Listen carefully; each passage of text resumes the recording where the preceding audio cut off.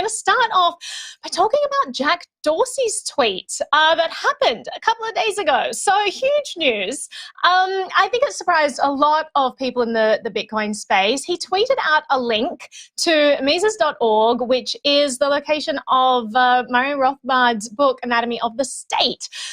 And it's basically, you can download the PDF, super quick read. It'll take you like 45 minutes to read the entire thing. And it kind of shocked everyone. I don't think I have been this bullish about life for a really long time until I read this tweet. And you may be wondering, like, why would Jack Dorsey tweeting out a book by some dead economist be really inspiring? And it's because Murray Rothbard wrote this book that basically explains what the state is. Now, difference between governments and the state, they're very different concepts. Murray Rothbard wrote this amazing piece where he breaks down what the state is, how it functions, how it persists, how it relates to other states, and it's incredible. It really is part of the foundation of this cypherpunk ethos and the creation of Bitcoin. This idea that you have these state monopolies on things, and it creates a whole lot of violence and wars. And I mean, it's just an amazing thing. I might take this opportunity to do like another dramatic reading, because we all know how much I love to do dramatic readings of Rothbard on the show. All right.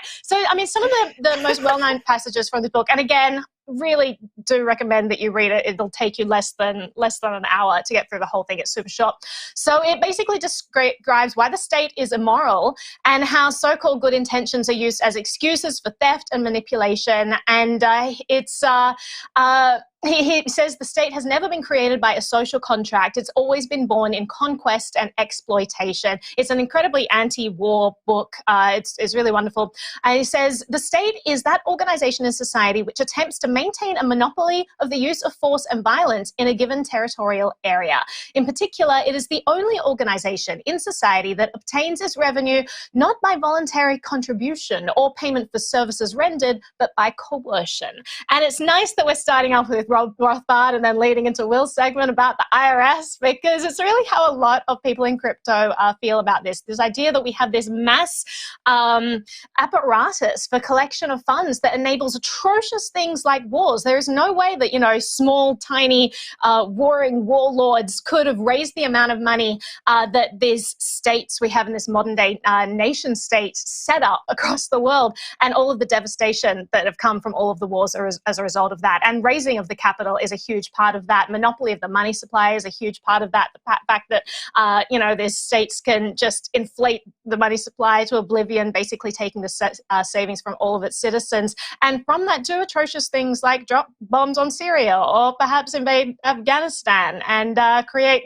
a terrible, terrible situation. So much going on in this, but it was pretty exciting for a lot of people to read Jack Dorsey, who's this major figure who runs, one of the largest social media platforms in the world, who is a thought leader out there writing this, and seeing a lot of people respond and say, hey, never heard of this, maybe I'll check it out. And it just it introduces people to voluntarist ideas. And I just thought it was really exciting to be moving towards a system where we have voluntary money, we have decentralized systems, and we have, voluntary associations. And it's just kind of cool to see. But Will, I don't know whether you wanted to jump into your IRS topic, whether we wanted to just talk about Rothbard a little more, because I would love us to just talk about Rothbard a little more. We got to chat about it. All right. I'm going to go to Will first. You saw this and you responded to me. You were like, we're going to talk about this, Naomi. And I'm like, oh, Will, we're going to talk about this.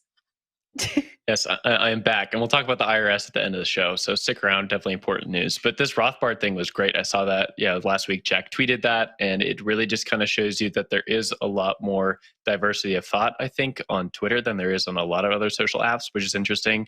It's also just interesting to see Jack. He just continues to be like a stalwart for his own thoughts. Like he just keeps going along his own little destiny for whatever that is. Like, the rest of Twitter.com is largely considered like very political, and he seems to be separate from it in his own political stance, I guess is what I'm trying to say. Like, he's very different from the rest of his company, which is interesting to see, like that dichotomy between the company and the CEO. Of course, like he's a huge proponent of Bitcoin, huge proponent of the Lightning Network.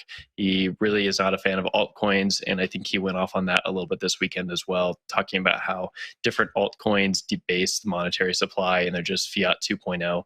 So it's fascinating to see someone with such a high profile as Jack Dorsey tweeting something like Rothbard out there, who is definitely on the further out edge of political discourse and thought. Yeah, I just want to jump in and say, remind everyone that fiat does not mean unbacked. It means by decree. So Jack Dorsey is incorrect there. As much as we love him for the Rothbard, alt coins are not fiat because the government is not telling people that they have money have value by decree.